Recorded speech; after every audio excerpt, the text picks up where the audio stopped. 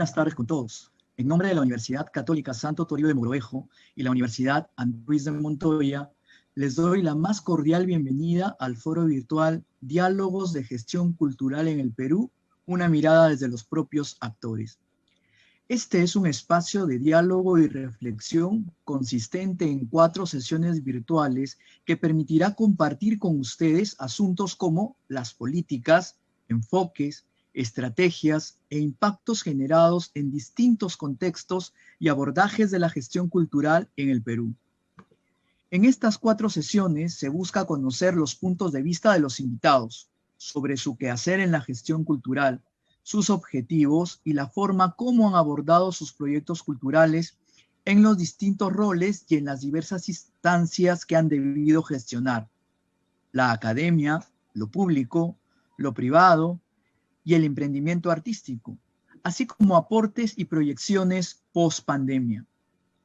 La sesión de hoy estará dedicada al tema de las actuaciones y visiones de gestión cultural desde las universidades y contará con la participación de 3 reconocidos gestores culturales del Perú: Karina Moreno, coordinadora del Diplomado en Gestión Cultural de la Universidad Antonio Ruiz de Montoya; Amalia Castelli, coordinadora del Diploma en Gestión Cultural de la Pontificia Universidad Católica del Perú; y Carlos Mendoza, director del Instituto de Cultura de la Universidad Católica Santo Toribio de Mogrovejo.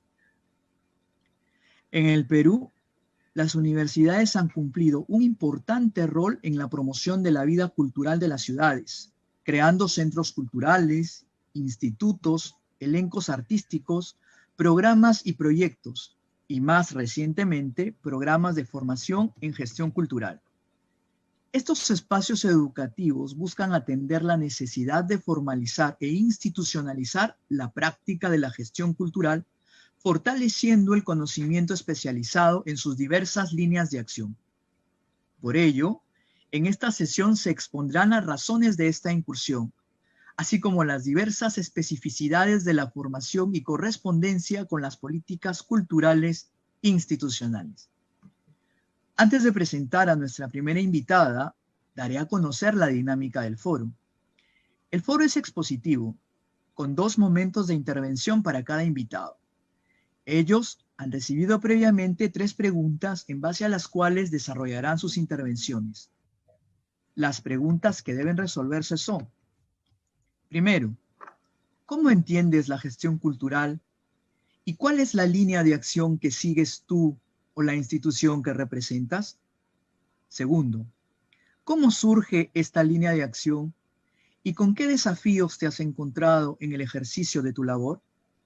Tercero, ¿cómo crees que será la gestión cultural post-COVID? Las 2 primeras preguntas serán abordadas en el primer bloque de intervención de los panelistas, con un tiempo límite de 15 minutos cada uno. La tercera pregunta será abordada en el segundo bloque con un tiempo límite de 10 minutos cada uno. Luego, vendrá el cierre de las exposiciones y la atención a las preguntas que se hubieran generado en el chat. Hechas las explicaciones de la dinámica, vamos a dar inicio al foro presentando a nuestra primera invitada.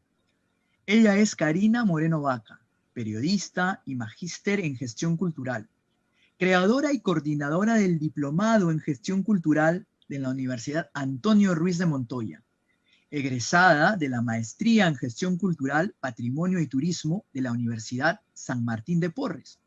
Cuenta con una licenciatura en Ciencias de la Comunicación de la misma universidad y es bachiller en Literatura Hispanoamericana de la Facultad de Letras y Ciencias Humanas de la Universidad Nacional Mayor de San Marcos. Karina, muy atentos, te escuchamos. Muchísimas gracias, Javier. Buenas tardes a todos.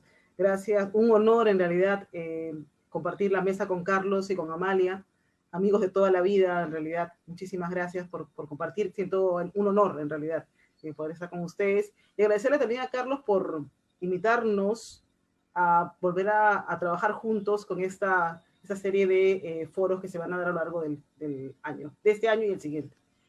Empezar un poco sobre el tema que nos ocupa. Debo decirles que es algo que siempre digo en realidad, que yo me estrellé con la gestión cultural. La gestión cultural se encontró conmigo y no es que yo la buscara, porque en realidad yo, como han escuchado, soy periodista, trabajé durante varios años y sigo haciéndolo de manera regular eh, sobre temas de prensa cultural y periodismo cultural. Y de pronto, cuando dejé de trabajar en el comercio, hubo una posibilidad de trabajar en el IPNA de la mano de Fernando Torres. En realidad, cuando me ofrecieron el puesto o el trabajo, me dijeron, no, vas a hacer prensas del otro lado, todo bien, no pasa nada, todo tranquilo. Yo dije, ya, le creo, y le creí.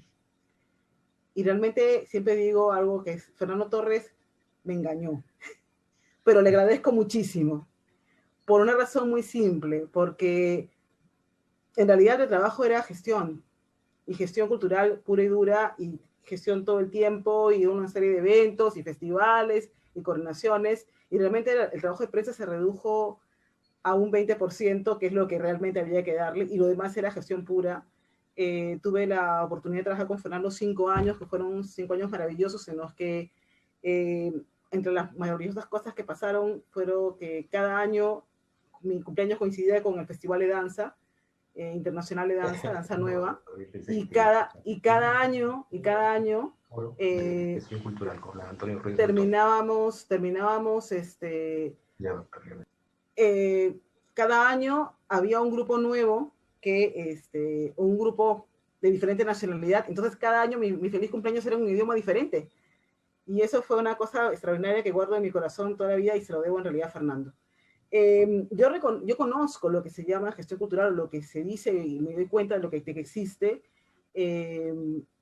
más o menos a inicios de 2000, cuando coincidimos en una reunión en Arequipa y tuvimos una suerte de coach o de conferencista que nos acompañó a los encargados de cultura de los centros culturales, a los responsables de cultura de los centros culturales de los IPNAS en Arequipa.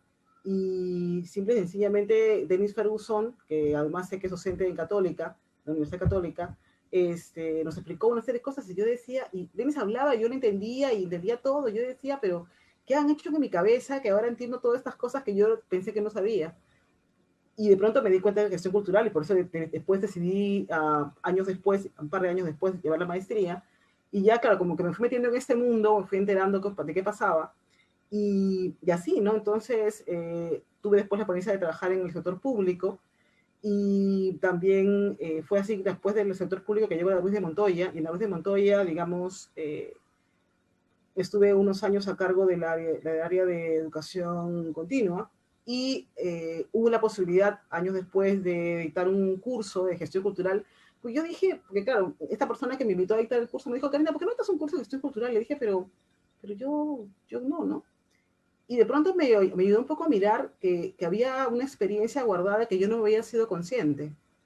Y que de pronto todo esto que yo tenía guardado, no lo había percibido, no había sido consciente de todo el bagaje que había acumulado, la gestión pública, la gestión privada, diferentes asuntos culturales, una serie de trabajos que creo que fueron acumulándose. Y bueno, en fin, hice un curso que fue muy bien. Afortunadamente yo estaba sorprendida de que la gente quisiera ir a escucharme durante varias semanas a hablar algo de este tema, y me sorprendía.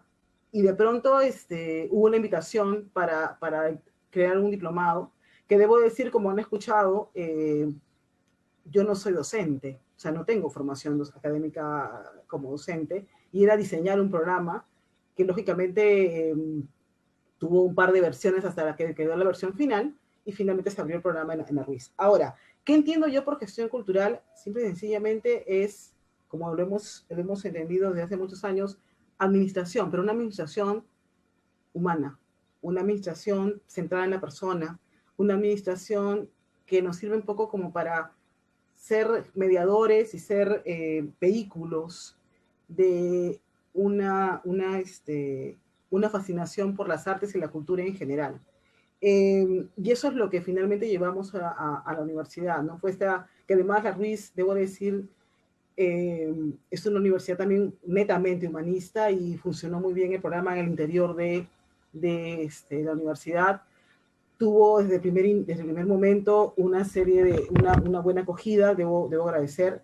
y realmente fue también ir construyendo y buscando docentes que pudieran acompañarme en esta experiencia loca que se me ocurrió. Y realmente digo que fue súper interesante porque se fue construyendo en el camino, ¿no? Fui diseñando los cursos, creando un poco la información, y realmente lo que terminó pasando es que comenzamos a generar un grupo, una red, porque ya estamos en la quinta promoción, vamos rumbo a la sexta en enero, y realmente bueno, la mayoría se conoce, me sé en qué está cada uno, y estoy feliz por eso, porque creo que de pronto también eso es gestión cultural, es trabajar en red. Y hay muchos trabajos que se hacen de manera conjunta entre uno y otro, y eso ha sido súper interesante que pase, ¿no? Por supuesto, a ver, sí, ha habido una línea de acción, evidentemente, que vamos a ir descubriendo con el tiempo. Al inicio yo pensaba en un programa mucho menos, o sea, a ver, algunas condiciones básicas que yo quería al momento que yo decidí al momento de generar el programa. Un programa que fuera diverso y que la multiplicidad de formaciones aparecieran, pero también la multiplicidad de acercamientos a la gestión. Que no nos quedáramos con uno solo, porque sentía que no era, claro, lógicamente busco yo generar iniciativas que sí sean sustentables, porque además me ha pasado mucho en cursos que me dicen, no, pero si es gestión no debes ganar plata, el económico no entra. Estamos banalizando el arte. Y yo le digo, no, porque, perdón, ¿de qué vives? Entonces, hay también un tema, y me pasa mucho, por ejemplo, cuando algunos alumnos hacen proyectos y digo, ya, me parece perfecto tu presupuesto, ¿dónde estás tú? No, es que es mi proyecto, yo no me voy a cobrar. Ya, pero ¿de qué vas a vivir? O sea, ese tiempo que estás dedicando a hacer el proyecto, ¿en qué estás? ¿Dónde estás? Entonces, de pronto van generando una serie de iniciativas. Ok, ¿ha habido desafíos? Por supuesto que sí. ¿El programa ha sido transformando conforme han pasado los años? Sí.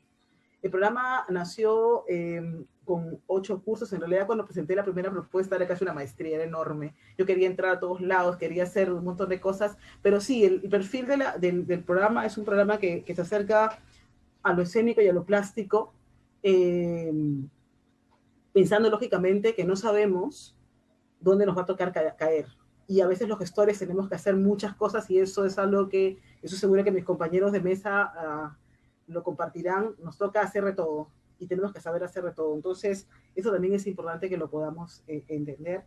Eh, y claro, no es que terminamos haciendo ni curadores ni productores escénicos, simple y sencillamente son gente que tiene una idea de lo que se trata. Finalmente lo que tienen que aprender es a gestionar y hacer, y un poco a manejarse con todos los públicos posibles que nos toca, los que nos toca trabajar. ¿Ha habido inconvenientes? Por supuesto que sí.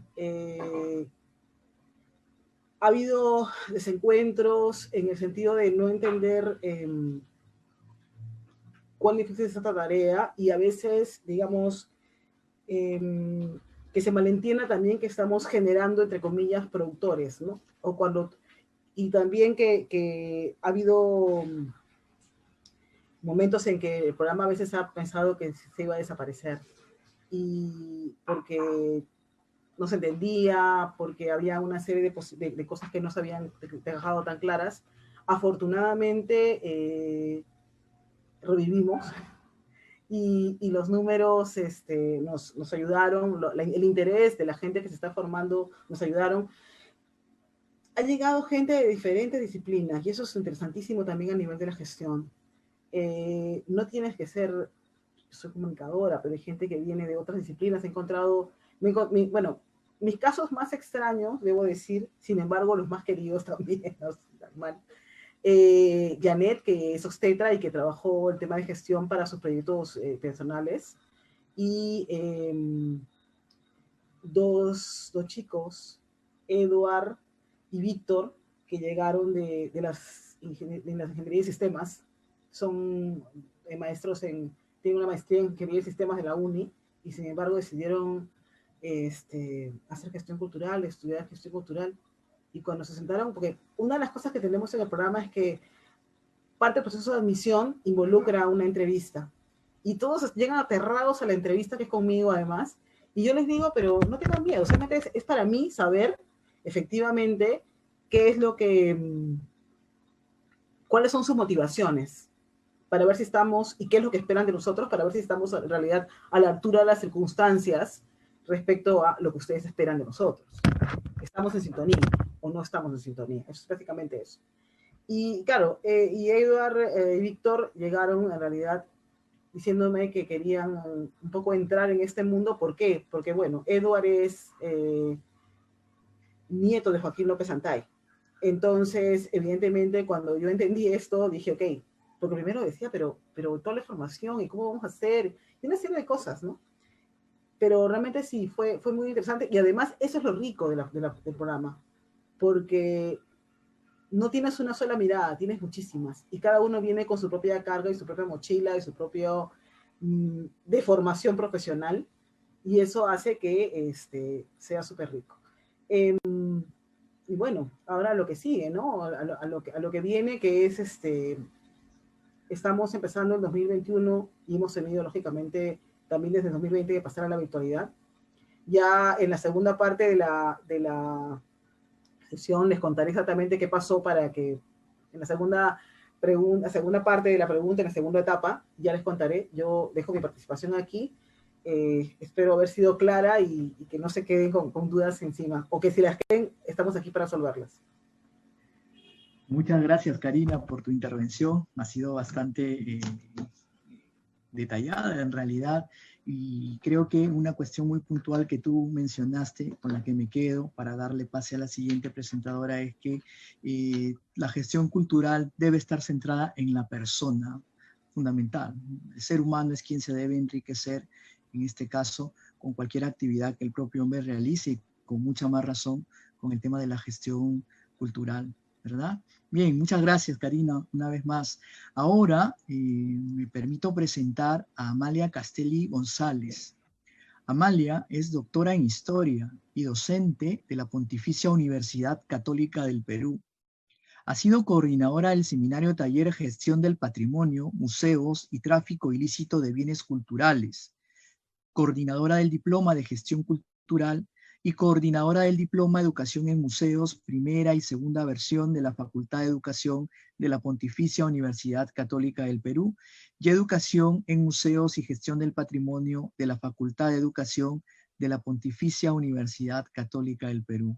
Amalia, escuchamos las respuestas a las dos primeras interrogantes, por favor. Adelante. Hola, buenas tardes. Muchas gracias por la invitación. Gracias a la USAT por esta iniciativa tan importante de centralizar un poco nuestros puntos de vista en algo que es sencillamente muy gratificante para todos los que estamos en el área de cultura. Yo, antes de dar respuesta a estas preguntas, quería de alguna manera saludar y felicitar hoy día especialmente a la cultura del Perú por estos premios Grammy que han recibido tanto Susana Baca como Lorenzo Guerrero, porque realmente conozco el trabajo de Susana muy de cerca desde el área de la gestión cultural, y con ella hicimos un proyecto cuando yo estaba de coordinadora de cultura en la OEI, con el programa Agua y Nieve, y realmente vi muy cómo ella tenía esa capacidad de convocar a tantos niños, ¿no? A raíz del terremoto del año 2007, y en Santa Bárbara se hizo un proyecto maravilloso de gestión cultural con ella. Entonces, realmente esa mañana cuando escuchaba yo la noticia, decía, qué suerte que realmente me toca hoy día hablar, y quiero de alguna manera saludarla porque es para nosotros los peruanos una magnífica oportunidad, sobre todo en este contexto en el que hemos vivido, ¿no? Donde nos damos cuenta que siempre la cultura tiene un medio, una manera, una forma de decir estoy presente. Y entonces, así, bueno, todo no es tan grave, y vemos que realmente tenemos oportunidades magníficas desde el área cultural, sobre todo cuando la gente se sigue cultivando en temas culturales. Bueno, aterrizando en el tema que nos convoca, yo quería de alguna manera reflexionar un poquito con respecto al tema de la gestión. La gestión cultural, en el ámbito donde nos hemos desarrollado muchos de nosotros, data aproximadamente de los años 80, ¿no?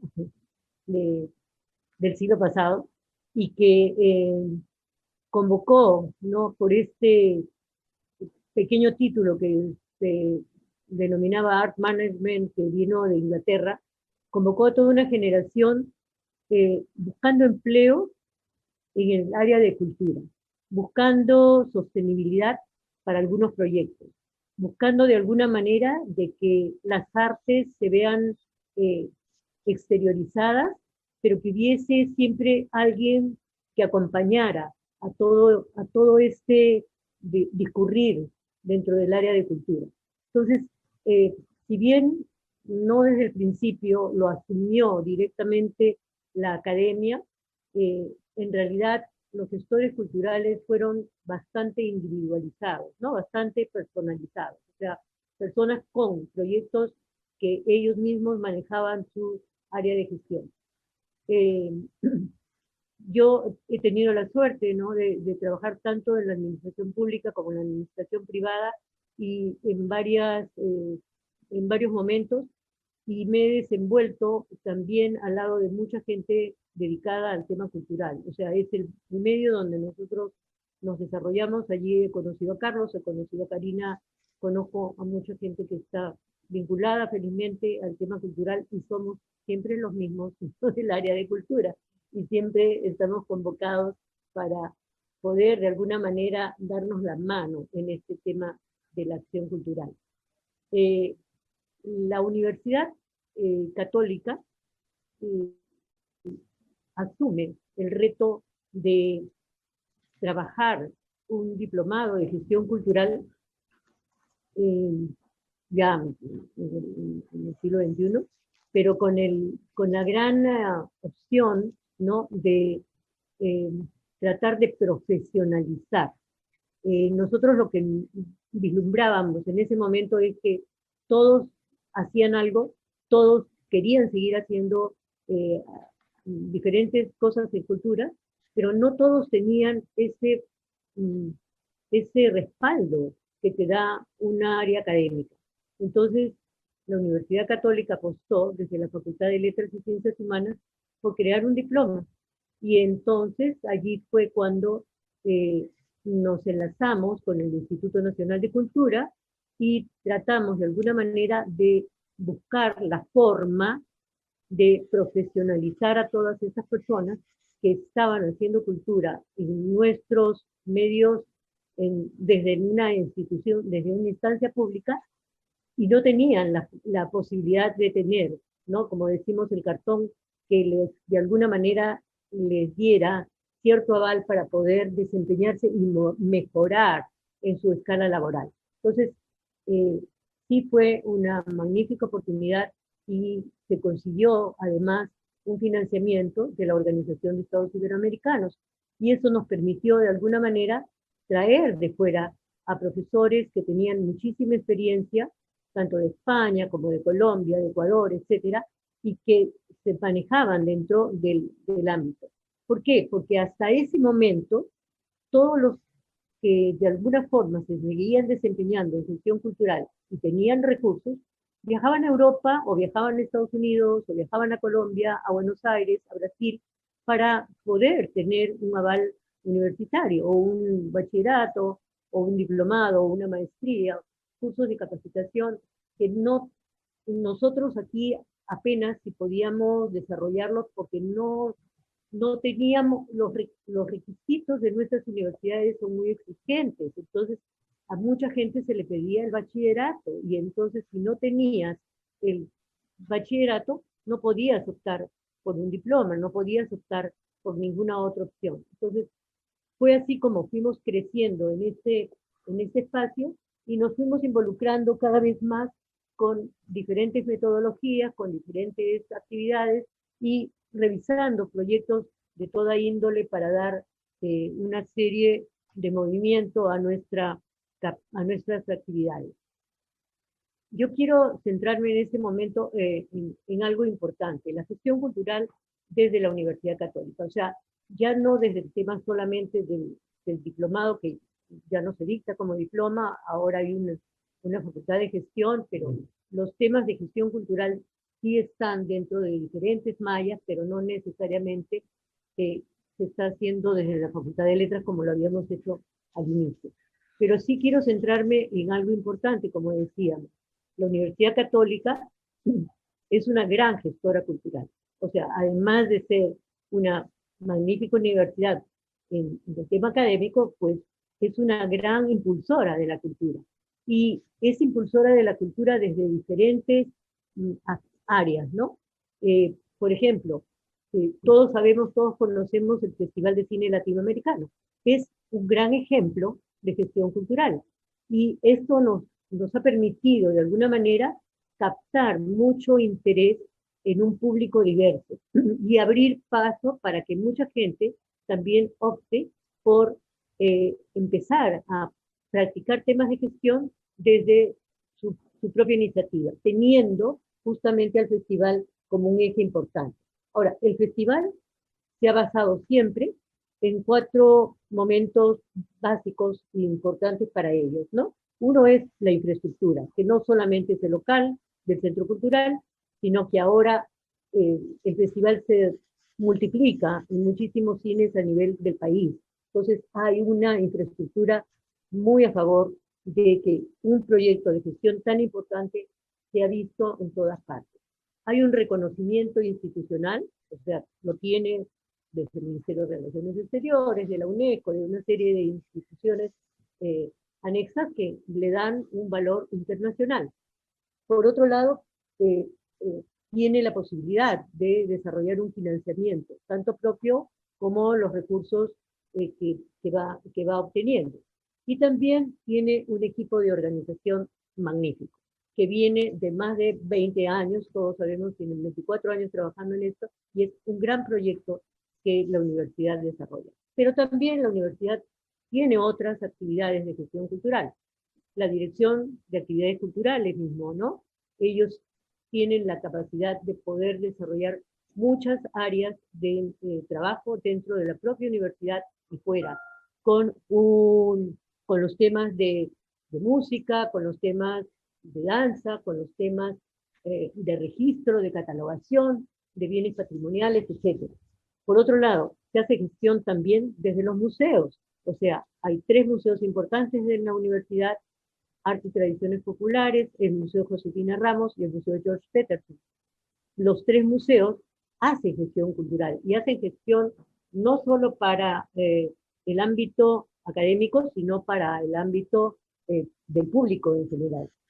La Casa O'Higgins, que se comenzó en el centro de Lima como en el espacio más visitado en el año 2019. Tuvimos la oportunidad de tener los resultados de la estadística a nivel de visitantes y habíamos alcanzado casi 300.000 visitantes en el Salón de la Unión. Entonces, realmente son ejemplos de gestión. Y por último, el proyecto que hemos venido llevando durante 4 años con la Unión Europea, ¿no? Con el proyecto de gestión del Horizonte 2020, donde nos hemos involucrado con la USAT, con la de Dirección Descentralizada de Cultura de la Libertad, y hemos desarrollado con los museos, tanto de Lambayeque como de Trujillo, un proyecto maravilloso que tiene 4 ejes distintos. Posiblemente en otro momento pueda insistir un poco en él, pero sí quiero repetir el hecho de que aquí hemos creado una red de personas que están haciendo gestión cultural desde diferentes áreas, de diferentes niveles, de diferentes aspectos, y todos hacia un mismo sentido, con un mismo resultado, que son fundamentalmente los temas de cohesión, de educación y de identidad cultural, que es lo que nosotros queremos hacer. Bueno, creo que en la próxima vamos a continuar. Muchas gracias, Amalia. Ha sido también muy clara tu intervención. Aún hay un bloque adicional en el que vamos a poder desarrollar el tema de la gestión cultural, sobre todo post-COVID, que es una preocupación que quizá todos los gestores culturales tengan y hayan venido intentando darle solución, porque la realidad ha cambiado y obviamente hay que atacar esa realidad en la forma en que se encuentre. Gracias. Ahora vamos a escuchar a Carlos Mendoza Cantu. Carlos es artista de la escena, administrador y gestor cultural, presidente de la Red Internacional de Interculturalidad de lo Ducal, director del colectivo de arte SEM Producciones, fundador del Cineclub de Lambayeque, exdirector regional de cultura del Instituto Nacional de Cultura sede Lambayeque y actualmente es director del Instituto de Cultura de la Universidad Católica Santo Toribio Mogrovejo. Carlos, te escuchamos atentamente. Muy buenas tardes, muchísimas gracias, Javier. Quiero iniciar agradeciendo la participación de Amalia y de Karina en este espacio de conversación, de diálogo con quienes nos están acompañando ahora para unificar criterios de lo que es la gestión cultural en el Perú. Lo que viene ocurriendo ya son distintas miradas, distintas maneras de abordar la gestión cultural y profesionalizarla también. Karina viene del ámbito de la prensa, Amalia desde el ámbito de la historia, y cada uno desarrolla el trabajo de gestión cultural en instituciones que sin duda permean la vida social de nuestra ciudad y el país. Muchísimas gracias por acompañarme en esta iniciativa que recién empezamos, denominada Foro de Gestión Cultural en el Perú, una mirada desde los actores. Entonces, me voy a tomar la licencia de partir desde la mirada de los actores. Voy a hacer una especie de introspección en mi desarrollo profesional y abordar las preguntas que se han planteado. Y para partir de esta pregunta, voy a hablar de mi experiencia personal sobre cómo ingreso a este escenario y ejercicio profesional de la gestión cultural, espacio laboral en el que ya llevo más de 25 años. En principio me formo como actor en el desafío y la ambición de interpretar papeles o roles para contar y narrar historias sobre el escenario. Así, durante el desarrollo de la formación actoral, entiendo que el teatro es resultado de un trabajo compartido con otros creadores de la escena, como también otros fuera de ella, en el que el intérprete es un elemento más del engranaje creativo, es decir, una de las partes activas de este ecosistema de la creación escénica. En esta visión de formación en la que me encontraba, resultaba medular el conocer y valorar los distintos roles y oficios que una producción artística teatral demandaba, además de comprender a cabalidad que el hecho teatral es parte de un resultado y un proceso convivial y comunitario, tanto en su etapa de creación como en su interrelación con el público. Procesos que nos hablan de su imprescindible componente interdisciplinar, intercultural y comunitario. Así, paralelo a mis estudios de administración y actuación, valoré la forma de abordar los proyectos teatrales de quienes considero mis maestros. Reinaldo D'Amore, director del Club de Teatro de Lima, y Ruth Escudero, directora del Grupo Teatral Quinta Rueda, maestros quienes, además de otorgarme responsabilidades como actor en la escena, fueron encargándome tareas propias de la producción, el cual con el tiempo se convirtió en el oficio que por algunos años asumí, haciéndome responsable de los temas logísticos, económicos y administrativos y todas las acciones y operaciones que hacen posible que el producto artístico teatral llegue al consumidor final, el público. En este último nodo del ecosistema de producción, el público, descubrí una dificultad del sector respecto de la demanda de su oferta. El mercado limeño era muy pequeño y las ofertas varias para un mercado tan reducido, poniendo en riesgo la sostenibilidad de las producciones e impactando negativamente en los ingresos de los actores, del cual yo era parte, y los cuales en ese tiempo se realizaban de manera cooperativa, la dividíamos en porcentajes. A partir de esta observación, reflexión y análisis de esa realidad, emprendí un proyecto personal orientado a los esfuerzos hacia la búsqueda y acercamiento de nuevos públicos. Descubrí también ausencias de políticas de oferta de parte de los propios agentes culturales, como también de las instancias públicas que deberían ocuparse de ellas.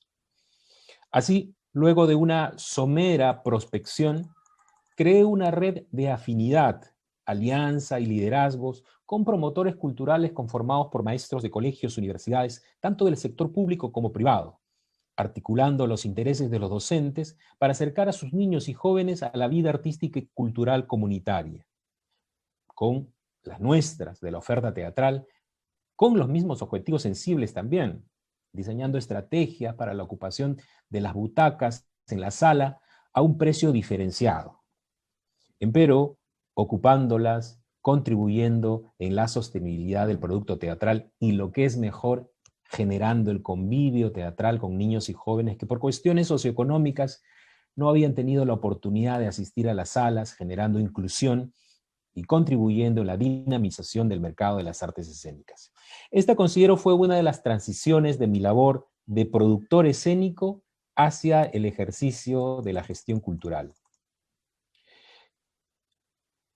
Mi actuación como responsable de la producción ya no se limitaba solo al logro del hecho escénico per se, sino que también respondían a soluciones de una problemática del sector teatral, sumado a otras de vital importancia en el ecosistema de la producción, el público, en su limitado acceso a la cultura, así como las ausencias de políticas públicas que favorecieran o orientaran hacia la promoción de los derechos culturales de la ciudadanía, es decir, la participación en la vida cultural, el acceso a la vida cultural, la contribución en la vida cultural.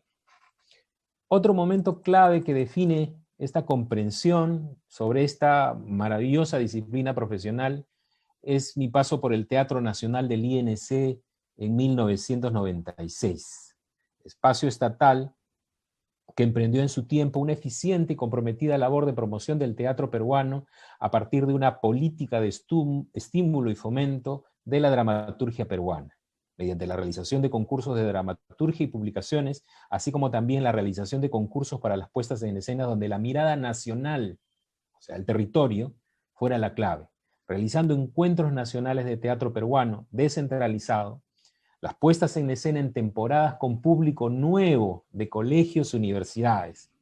Esta responsabilidad de gestión político-público llevado a cabo por Ruth Escudero, mi maestra, sumado a mi paso por el Centro de Artes Escénicas de la Municipalidad de Lima, dirigido por Kalin Elmore, consolidaron mi comprensión de la gestión cultural.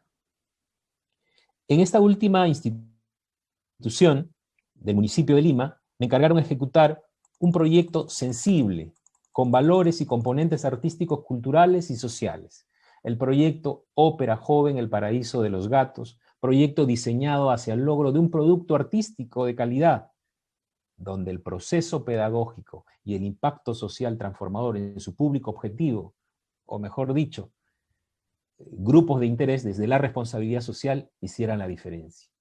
La clave aquí fue activar el tema de los derechos humanos y los derechos culturales de las niñas, niños y adolescentes de participar plenamente de la vida artística y cultural en las comunidades de Comas y Villa El Salvador, habitualmente excluidas de toda oferta cultural, generando un cambio en el paradigma de producción de la ópera. Así los niños llegaron y ocuparon artísticamente un teatro clásico y convencional, y los docentes del equipo artístico se trasladaron a colegios y salas comunales de ambas comunidades en un proceso de mutua valoración, horizontalidad, aprendizaje, convivencia e interculturalidad. Debo señalar que en mi camino tuve la suerte de encontrar a maestros con valoraciones excepcionales que iban más allá de lo artístico, que buscaban con su arte o su comprensión de la cultura el permear e impactar positivamente en la vida social comunitaria. Lo que vino después fue ya la formación especializada en instancias académicas, otorgadas por becas por el Ministerio de Educación y Cultura de España. Y luego vinieron otros proyectos ya con la denominación de gestión cultural, que grafican y delinean la importancia de implementar políticas en el abordaje de proyectos en relación a finalidades sociales de un territorio, una organización o un gremio. Así se abordó la creación del Centro Cultural José María Arguedas, del CAFA SE, para el sector educación, donde se diseñó una política en dos franjas: promoción y difusión cultural y formación de formadores. Finalmente, asumí la representación de la instancia de cultura regional del INC Lambayeque, el cual tuvo un enfoque de gestión vinculado a lo que es la representación de la cultura en ese tiempo, el INC, que era la protección del patrimonio cultural, instaurando un área que atendiera esa responsabilidad institucional y adicionándole de la promoción de las artes con un programa de centro cultural que denominamos La Cultura en Tus Manos. Este último con el objetivo de dinamizar las ofertas de los creadores locales, articulando los intereses de otros espacios culturales también, generando intercambios, como lo ha mencionado Amalia ya, esta red de gestores y de espacios culturales a nivel nacional, con muestra de arte, cine, producción, circulación de espectáculos, conferencias y eventos, como los que realizamos con el Museo de Artes y Tradiciones Populares del Instituto Ribagüero, con nuestro recientemente fallecido y gran amigo y mentor Lucho Repeto. También con el Centro Cultural Español, con Ricardo Ramón, gran gestor cultural, y a nivel local con la Alianza Francesa y el IGNA de Chiclayo. Lo descrito hasta aquí es parte del aprendizaje y experiencia que perfila y fundamenta esta comprensión de la gestión cultural desde esta importancia y valor de transformación, de integración, de posibilidad del cambio social, de bienestar y de bien común. Los que son los fundamentos con los que abordo en la actualidad la gestión cultural en la dirección del Instituto de Cultura de la Universidad Católica Santo Toribio de Mogrovejo. Hacer gestión cultural para mí es principalmente mediación y articulación entre cultura y sociedad, entendiendo la diversidad de enfoques posibles, es decir, una capacidad de mediar o intermediar la cultura y las artes en la vida social comunitaria, transformando las relaciones sociales de una comunidad. Lo que considero es importante para hacer gestión cultural debe ser que toda intervención en la cultura nos demande opciones estratégicas que debemos tomar en cuenta, y que la planificación cultural requerirá de la utilización de determinadas herramientas de observación, del análisis de la realidad, de una prospección, de una planificación, de una organización, de la ejecución propiamente dicha, pero también de temas de comunicación y finalmente de la evaluación de sus impactos. Las políticas culturales en un proyecto de gestión cultural es indispensable, sea una organización gremial, de asociación o de un territorio, porque cumple finalidades sociales. Y estas finalidades sociales tienen que traducirse en proyectos, en actuaciones concretas, y una vez desarrolladas, cambien la realidad existente. Respecto a la línea de acción que sigue la USAT, enlazo aquí todo lo que he explicado de mi comprensión y mi experiencia, digamos, de evolución, descubrimiento y definición de la gestión cultural, que la política que sigue el Instituto de Cultura de la Universidad Católica es la promoción y difusión del arte y la cultura como un tema de derecho humano y de derecho de acceso a la cultura, promoviendo el reconocimiento de la diversidad cultural existente y la interculturalidad. Esto en cumplimiento de los principios rectores nacionales como supranacionales, como la Declaración Universal de los Derechos Humanos y la Carta Magna, nuestra Constitución Política, así como también en cumplimiento con la encíclica Laudato Si respecto del cuidado de la casa común y Fratelli Tutti, en la que nos invita a la búsqueda de la fraternidad y la amistad entre todos los hombres, que no es otra cosa que la interculturalidad. El ICUSAT desde su creación responde a una visión de rectorado que destaca la importancia de diseñar e implementar una política cultural que eleve el espíritu de nuestra comunidad y a través de la promoción y difusión del arte y la cultura en todos los niveles, conforme un espacio de socialización de la vida cultural dentro de la comunidad universitaria y en atención a la responsabilidad social, integre a la ciudadanía en su derecho de acceso a la vida cultural. Entendemos como comunidad universitaria a los diversos actores sociales que la integran, profesores, administrativos, alumnos y exalumnos.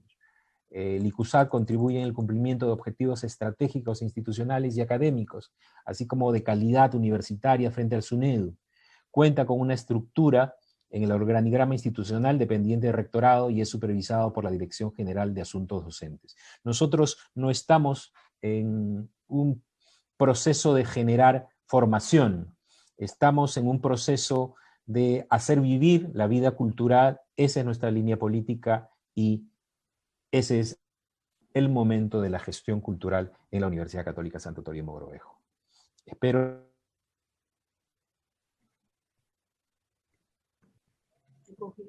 mi participación a otro momento. Llegué a mi tiempo. Bien, muchas gracias, Carlos. Ahora vamos a dar inicio a la segunda intervención de los panelistas, quienes darán respuesta a la tercera interrogante. ¿Cómo crees que será la gestión cultural post-COVID? Mantendremos el mismo orden del bloque anterior. Primero, Karina Moreno, luego Amalia Castelli y finalmente Carlos Mendoza. Karina, ¿cómo crees que será la gestión cultural post-COVID? Es un problema, ¿no? Te cuento, bueno, realmente es una gran duda, porque todavía no tenemos idea muy clara qué va a pasar en realidad y cuándo va a pasar. Y se están trabajando en realidad proyectos con plan A y plan B. Plan A es si todo sigue igual y plan B es si se puede regresar a la normalidad, ¿no? En realidad se está trabajando así y es bien complicado. Te lo digo ya como gestora, no como formadora, y realmente, claro, eso es un poco lo que se está trabajando. Nos queda una tarea larga, ¿no? Porque, claro, hemos pasado todos, entre comillas, a la virtualidad, cada uno encontrando una forma más clara de trabajo. Sin embargo, no ha sido fácil. O sea, algunos espacios culturales más que otros han ido encontrando el camino de cómo virtualizar. No voy a entrar al debate si es teatro o no. Hay un debate largo sobre el tema de la virtualidad, no, sí es, ¿no? Porque siento que es lo que se puede tener. Y además, creo que también la virtualidad nos ha acompañado también para salir, sobre todo en estos días de encierro, esos días tan fuertes de encierro. Ha sido la cultura y las artes las que nos han acompañado para hacer posible lo que estamos viviendo. Era bien complicado. O sea, yo creo que los músicos, los cantantes y todos los artistas en realidad que han ido produciendo en el camino. Es más, el disco por el que Susana mereció el Grammy es un disco grabado en la virtualidad. Además, también Maritza Núñez grabó junto con 15 compositores peruanos toda una ópera en la virtualidad, un espectáculo hermoso, multimedia. Entonces se ha seguido produciendo desde la virtualidad y creo que lo vamos a seguir haciendo. Yo tuve la oportunidad en los primeros meses de la pandemia de escribir un artículo sobre el tema creo que fue para el Comercio, para el peruano, no estoy segura, creo que fue para el Comercio, y un poco hablaba de la resiliencia, ¿no? Cómo el artista en realidad no puede dejar de crear y cómo de alguna manera nos toca a los gestores viabilizar esas posibilidades, encontrar las soluciones para ir de alguna manera desarrollando el asunto, haciendo que eso sea posible, ¿no? En realidad ha sido un proceso largo, creo que estamos ni siquiera a mitad del camino. Ya como parte digamos, además entre las cosas que hago también, mucho más allá de la universidad, que además evidentemente ya el programa se tuvo que virtualizar de manera completa, porque es la forma como se decidió seguir adelante, primero por la sorpresa encima, y después ahora desde el 2021 de manera consciente, porque nos hemos dado cuenta que hay una necesidad también, como decía María, de formación y de profesionalización también no solamente en los jóvenes, sino también en todo el país, y si podemos pasar fronteras, será así, porque hay como una efervescencia de hacer cosas, y creo que ahí nos toca acompañar. Hay una serie de artistas, de jóvenes que quieren hacer proyectos, y claro, es necesario también un acompañamiento desde lo académico, eso es importante. Pero también creo que nos toca desde lo académico también reflexionar sobre el tema de políticas. Creo que hay un montón es más, salió la política, en mitad de pandemia salió la política nacional en 2030, y claro, había que evaluar, y sí, lo hicimos desde el programa, evaluar algunas cosas que había que considerar. Siento que sí, ha sido un documento que ha demorado su tiempo, que ha sido todo debidamente reflexionado, sin embargo creo que hay unas cosas que todavía faltan. Sin embargo, creo que también eso nos toca desde el programa y desde también la virtualidad, pero hay una cosa también que creo que es importante, y ahí voy al punto más técnico, y es este. También la legislación no está preparada para la virtualidad. Y entonces la legislación en temas de cultura. Y eso es algo que también nos toca hacer desde la academia, un poco poner el dedo sobre la llaga. Hace unos días, yo con sorpresa me enteré, estaba segurísima que no pasaba así, que todo lo que son, que la calificación de espectáculo cultural o deportivo del Ministerio de Cultura no funciona para temas de virtualidad. Entonces todos tienen que pagar IGB si tienen entradas. Entonces allí hay que de repente buscar formas de gestionarla, encontrar soluciones, apoyar al medio, ser un poco también la caja de resonancia para este tipo de situaciones, el tema también de los pagos de derechos en la eventualidad, derechos de imagen, derechos de autor, que no sea, claro, la legislación no contempló esta parte, y eso es lo que nos toca hacer. Nos toca poner el dedo sobre la llaga en ese tema que es tan complicado y que además se nos vino de sopetón. Y vamos a seguir así un tiempo. Porque les digo una cosa, o sea, una de las cosas que me pasan también y de las cosas que hago, yo estoy a cargo de un teatro, el Teatro Pirandello, como parte de, como parte del trabajo que tengo en el Instituto Italiano de Cultura. Y evidentemente lo que se ha dicho en así rápidamente es que posiblemente regresemos al 30%. El tema, lo que hablaba Carlos hace un rato, ¿hay rentabilidad en el 30%? Es posible manejar los números, sobre todo si se trabaja de producciones, digamos, tan grandes como la que un teatro de 300 butacas permite. Entonces, eso sin dudas es lo que hay que comenzar a repensar, ¿no? Eso es lo que nos toca como roles en la virtualidad. Primero, yo creo que dos tareas. Primero, poner sobre la mesa esta serie de digamos, desencuentros entre la realidad, lo que está pasando, y la legislación. Y lo segundo es ser capaces de transformar nuestros programas en la virtualidad para llegar a más gente, porque también la virtualidad se ha convertido en una oportunidad. Eso también creo que cualquiera que esté en formación se ha dado cuenta de que de pronto ya no tengo que moverme al otro lado del mundo, ya no tengo que llegar, no puedo llegar a tal curso, no puedo llegar al curso, solamente quiero cerrar, creo que ya estoy casi con el tiempo cumplido, cerrar mi participación en algo. Durante las entrevistas que hicimos para el programa que comenzó en agosto, sí tuvimos la oportunidad de aceptar a gente que llegaba de provincias. Y realmente he visto estos rostros agradecidos de finalmente me decían, Karina, es que yo esperé mucho tiempo y no podía, y buscaba la solución y no podía, y ahora se puede, ¡ay, se puede! Entonces es una cosa así. Ahora, sin embargo, también debo decir algo. También ha demostrado la falencia del tema del Internet a nivel nacional. Hay gente que no puede seguir el programa simplemente y sencillamente no porque no quiera, no porque no pueda pagarlo pues, relativamente, y porque quiere además terminar con el proyecto que nosotros generalmente como parte de la formación desarrollamos. Todo el programa digamos, de los 8 o 9 meses termina en un proyecto final que se lleva a cada alumno bajo el brazo. Sin embargo, hay estudiantes, y eso también lógicamente nos habla de también falencias en el país. No hay internet para todos. Hay gente que ha tenido que dejar el programa porque no puede conectarse. Pese a que ha conseguido su modem. Es más, no puedo conectarle porque está lloviendo en Iquitos. Dios santo, ¿qué nos está pasando? O sea, hay muchas cosas que resolver. Y con eso quiero dejarlo. Muchísimas gracias. Muchas gracias, Karina. Amalia, la misma pregunta. ¿Cómo crees que será la gestión cultural post-COVID? Bueno, no es una pregunta fácil de responder, por supuesto. Eh, mm, en este momento, ya seas autoridad, ya seas docente, ya seas público en general, tenemos la incógnita, la incertidumbre y bueno, la esperanza de que esto termine pronto y que volvamos, entre comillas, a la normalidad. Pero ¿qué cosa entendemos por esta nueva normalidad?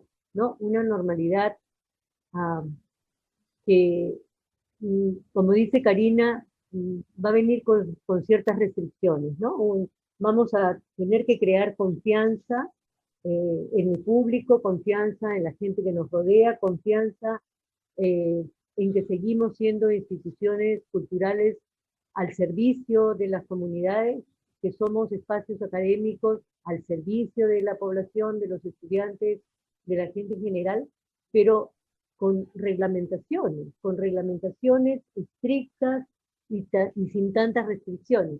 Eh, eh, Volver al ámbito académico creo que va a ser un poco difícil y va a ser un poco largo, ¿no? La espera de volver a esta an anterior etapa al mes de marzo eh, va a depender de muchos factores, ¿no? Entre ellos, claro, lógico, llegar a la universidad, a un ámbito presencial, significa pues moverse desde diferentes partes de la ciudad hasta llegar al campus universitario o al centro cultural o a cualquiera de los espacios en los cuales la universidad desarrolla actividades culturales.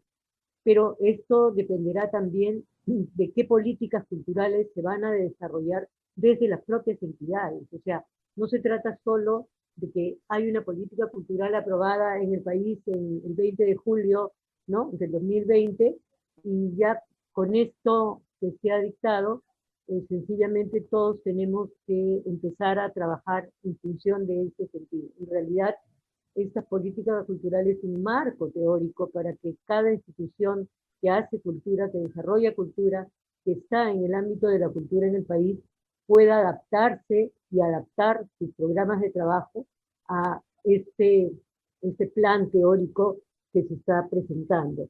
Yo creo que lo más importante es que tenemos que empezar a pensar y pensar en conjunto, pensar en red.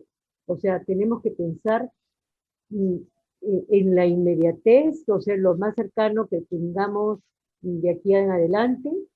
Tenemos que pensar en un humanismo contemporáneo, tenemos que pensar que las personas requieren, ¿no?, de volver a integrarse dentro de un contexto y sobre todo que la tecnología está a nuestro servicio. Entonces, eh, como decía Karina también, y vuelvo a insistir en este tema, si bien la tecnología está a nuestro servicio, nosotros no al servicio de la tecnología, en este momento estamos un poco frenados porque quisiéramos tener acceso a diferentes partes de nuestro país y muchas veces no lo tenemos por un problema de lluvia, porque se cortó la conexión. Nos pasa con los alumnos en la universidad. Se me fue la red, no puedo subir el informe, se me fue la red, me quedé sin luz en la zona, o sea, no me avisan, no te dicen. Entonces, todavía nos falta regular una serie de situaciones que si bien no depende de nosotros necesariamente, son situaciones que tenemos que ir abordando poco a poco hasta poder eh, eh, eh, incluirlas dentro de nuestro modo de vida. Tenemos que tener una sociedad con nuevos aprendizajes, con nuevas formas de poder acceder a los espacios culturales, ¿no? Con opciones distintas que le permitan también en horarios distintos, también en lugares distintos, tener nuevas posibilidades de conocimiento, nuevas posibilidades de internacionalizarse, nuevas posibilidades de generar también expresiones culturales que lleguen a todos. Estamos muy cerca a terminar el año calendario, pero un año calendario que desgraciadamente no podemos decir, aquí termina y en enero comenzamos bajo otra modalidad.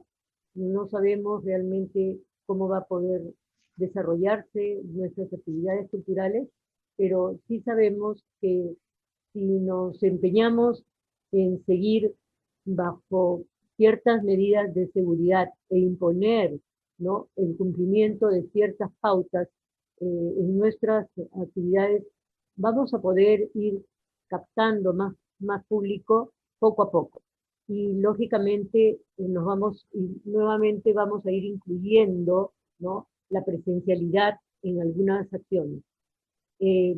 Quisiéramos, lógicamente, todos los que hemos trabajado hasta el marzo del presente año, en la modalidad que hemos vivido, acostumbrados a hacerlo, quisiéramos volver a esa misma fórmula, pero de no ser posible, tenemos que ser muy creativos, y tenemos, así como hay artistas que componen, ¿no?, sin instrumentos musicales, como el caso de Susana, para poder hacer esa interpretación a capela, pues nosotros también a capela tenemos que seguir trabajando, y tenemos que seguir trabajando sin muchos de nuestros recursos que teníamos en las oficinas, en nuestros trabajos y en nuestros medios. Entonces tenemos que ir repensando el mundo que se nos avecina, y sobre todo repensando en los jóvenes que están ansiosos por llegar a los espacios culturales, ¿no? Ya sea el cine, ya sea el teatro, ya sea, bueno, la academia misma, ¿no? Pero en realidad debemos de estar pendientes de que somos nosotros responsables de las acciones que hagamos de aquí en adelante, y que si nos mantenemos absolutamente conectados en red, aquellos que tenemos alguna experiencia en estos ámbitos, vamos a poder intercambiar algunas formas de comunicación con los espacios culturales, para hacer de esto algo mucho más grande, algo que de alguna manera convoque mucho más a la gente. Entonces, no nos cerremos, no perdamos la esperanza, tengamos la seguridad que todo esto va a pasar, ¿no? Pero nosotros sí tenemos la necesidad de abrirnos más hacia las posibilidades que se nos presenten. Y nos toca ser impulsores nuevamente de los espacios culturales, pues hagámoslo con el mismo esfuerzo como lo hemos venido haciendo de manera presencial. La virtualidad en este caso será nuestra aliada, y de esa forma llegaremos a las comunidades que es donde queremos llegar. Gracias. Muy bien, Amalia, muchísimas gracias. Carlos, Amalia dijo algo que me llamó mucho la atención: repensar para actuar. Y en provincias, Carlos, ¿cómo será la gestión cultural post-COVID? ¿Qué hay que repensar y qué hay que hacer en esta nueva coyuntura? Te escuchamos, Carlos. Gracias, Javier. Realmente hay mucho por repensar o por pensar colectivamente, ¿no? Cómo hemos venido concibiendo la cultura, cómo hemos venido haciendo la cultura, qué referentes hemos tenido, ¿no?, de industrias culturales, de interculturalidad, como que muy separadas nuestras acciones, ¿no? Pero bueno, voy a desarrollar la pregunta, no sin antes dejar de referirme a la importancia de los lineamientos de política cultural que han señalado tanto Karina como Amalia, ¿no? Yo creo que es un instrumento indispensable, un instrumento necesario, un instrumento largamente esperado. Ahora lo tenemos, ¿no? Pero no debemos dejar que quede allí, ¿no? Como muchos temas o enunciados legales que tú conoces bien, Javier, respecto a derechos, pero que no se convierten en instrumentos prácticos en los distintos niveles de gobierno, ¿no? Vamos, nacional, regional, local. Y yo diría también desde el ámbito académico, dado que somos universidades que promovemos la cultura, la Universidad Católica ya se ha señalado, es un centro de producción cultural desde hace muchísimo tiempo, ¿no? Esa visión es realmente ejemplar para otras universidades que, como nosotros, como la USAT, estamos empezando, ¿no? Pero la suerte nuestra es que estamos empezando rescatando los lineamientos que ya he señalado, tanto nacionales como supranacionales, pero también los de digamos, los temas misionales, en nuestro caso, ¿no? Con estos concilios que yo he señalado, ¿no? Entonces, también hay tareas que tienen que ver con nuestras diversidades, ¿no? Ahora voy a abordar la pregunta. El COVID nos ha golpeado severamente al sector cultural en todo el Perú. Ya llevamos 8 meses y no termina de golpear a los espacios culturales de nuestras ciudades. Ya no cerramos los espacios como una medida de prevención, acatando disposiciones a la salubridad pública, sino porque no hay cómo sostenerlos, y porque no se puede pagar los alquileres, los servicios de agua, luz, telefonía, comunicaciones. Solo queda cerrar. Esto en el caso de los grupos independientes, pero también está pasando con los centros culturales binacionales y las universidades, quienes nos hemos visto obligados a recortes en el presupuesto, reduciendo la operación y la oferta, no pudiendo cumplir con los compromisos y planes operativos programados, ¿no? Entonces, los que estábamos bien tampoco estamos tan bien. La consecuencia más grave de todo esto recae en los creadores y los artistas que se han quedado sin ingresos, dado que el ecosistema cultural, esta cadena de valor completo, se ha visto afectado. Creación, producción, distribución, acceso a bienes y servicios, afectan la vida social y económica de nuestros artistas y los profesionales de la cultura. Una evidencia más de las desigualdades sociales y fragilidades del sistema global, ¿no? Igual, en tiempos de cambios, tiempo de pensar en nuevas formas de hacer cultura y aprovechar a lo que en el campo de la administración o el emprendimiento le llaman la crisis de la oportunidad, ¿no? Pero nos toca trabajar en un esfuerzo coordinado y conjunto para poder salir de ella. ¿Cómo será la gestión cultural post-COVID? Pienso que debemos partir por reconocer que el sector cultura le va a costar años en volver a lo que con mucho esfuerzo, tiempo y sacrificio logró. En ese sentido, pienso que el rol del Estado y de los organismos internacionales serán la clave para la reactivación del sector. Como lo será también, y esto sin ánimo de querer ser pitonizo, el protagonismo de los profesionales de la gestión cultural va a ser clave, ¿no? Estos gestores culturales que tengan visión política, que analicen la realidad e intenten cambiarlo, ¿no? Y abordando, digamos, alternativas de solución. Pero yo creo que lo importante va a ser empezar por proponer diálogos para analizar y medir los impactos ocasionados, ¿no? También generar mecanismos, ya no solo de la mitigación, sino de la reactivación. Porque pienso que el mercado al que estábamos acostumbrados, nuestro público, estará reticente a salir y volver a encontrarse en estos espacios de convivio artísticos, ¿no? Como las galerías, los teatros, los museos. Ahí aparece una idea, el espacio público. Yo creo que el espacio público va a ser ese espacio de la vida cultural. Yo creo que las actividades al aire libre nos va a permitir un reencuentro con la ciudadanía, retomando los parques, las plazas, los calles, los coliseos, digamos como una posibilidad de esta negación de estar en un espacio convivial cerrado, ¿no? Pero igual para eso también va a ser necesario dialogar con las instancias públicas, ¿no? Hay que impulsar estos diálogos con estas instancias a nivel de ciudad, pero también con los ministerios, ¿no? Y no solo el Ministerio de Cultura, sino también de producción, de trabajo. Tenemos que organizar desde la sociedad civil, artístico-cultural, estas reflexiones para empezar el abordaje y generar estos impulsos, ¿no? Yo creo que el espacio público va a ayudar a la reconstrucción de la ciudadanía. Lo otro que ya señalaron mis compañeras es el tema de la virtualidad, ¿no?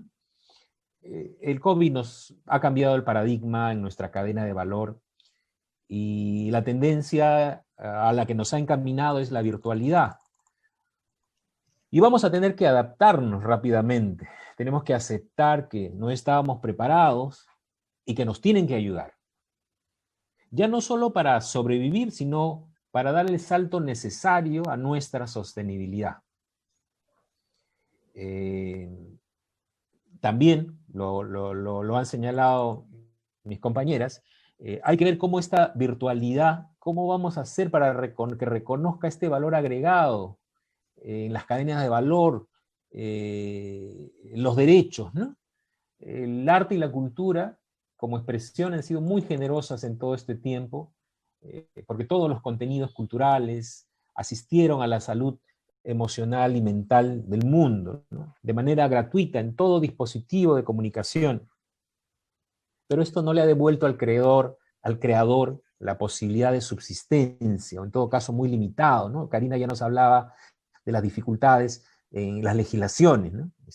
Estamos hablando en nuestro país, ¿cómo será en el mundo, ¿no? En algún momento se van a cruzar los temas, ¿no? Yo creo que lo fundamental va a ser trabajar por instaurar políticas de accesos a las tecnologías por temas de derechos en una retribución justa a las creaciones, ¿no? Igual, el tema de la virtualidad preocupa por el tema de conectividad y el acceso, ¿no? Porque no todos los territorios diversos de nuestro país cuentan con una calidad de esta virtualidad, ¿no? La presencialidad siempre va a ser la clave para la cultura y las artes, eso sin ninguna duda, ¿no? Pero va a tomar tiempo, ¿no? Mientras tanto, la virtualidad debe llegar a complementar lo esencial del tema cultural. Señalé al inicio que, como acción, una cosa principal debe ser pensar colectivamente. Yo creo que debemos propiciar reuniones como esta, ¿no? Que éstas provoquen otro tipo de reuniones, ¿no? Asambleas, de los distintos actores de la gestión cultural para este diálogo y análisis virtuoso y construir una reflexión compartida. Debemos pensar en construir nuevos relatos del propio hecho cultural y su ecosistema. Debemos estar a los actores de la gestión cultural, de todas las expresiones y todas las diversidades, instaurando mesas de trabajo con instituciones públicas y privadas para abordar la problemática y sus alternativas de solución. Gracias a Dios, en tiempos de confinamiento tenemos la enorme necesidad de participación. Se estructuran y se arman muchos gremios. Yo pertenezco a 3, a la red de espacios culturales y a la red de grupos teatrales, ¿no? Y todos están pensando el tema, no la solución, primero el análisis de la problemática, incluso hasta de lo que hemos hecho, ¿no? Debemos dejar claro que nuestras narrativas en el tema cultura es un asunto social, ¿no? Y que también debemos dejar bien claro que somos la solución, ¿no? La solución a este problema social, económico que vive ya el país y que seguramente se va a agudizar. Creo que podemos ser la solución al problema o contribuir en la solución del problema. Estarán de acuerdo conmigo de que la normalidad ya no era tan normal, ¿no? Había mucha inequidad, redistribución no justa a la creación, ¿no? Yo creo que debemos reinventar una normalidad para la cultura y que ésta surja de la necesidad social, ¿no? Y que ésta contribuya al encuentro y la reconciliación de nuestra sociedad. Yo creo que ahí el arte cumple su principal objetivo, ¿no? Ahí están nuestros retos como gestores culturales y también para la propia cultura en su nueva mirada. Eso. Gracias. Bien, muchas gracias, Carlos, por mostrarnos tu posición o los argumentos a la pregunta formulada. No sé si hubiese alguna pregunta de los televidentes o de quienes nos están siguiendo por las redes sociales. Si no es así, en todo caso, me corresponde agradecer a todos los presentes a nombre de la doctora Patricia Campos Olazábal, rectora de la Universidad Católica Santo Toribio de Mogrovejo, y obviamente también a nombre de la Universidad Antonio Ruiz de Montoya, Agradecer especialmente a nuestros panelistas en esta primera sesión del foro virtual Diálogos de Gestión Cultural en el Perú, una mirada desde los propios actores, Karina Montero, Amalia Castelli y Carlos Mendoza. También agradecer a Cultura 24 TV del Ministerio de Cultura por la transmisión y a todos los que han apoyado de manera directa o indirecta en la organización y en el adecuado desarrollo de este evento. Muy buenas noches y hasta otro momento.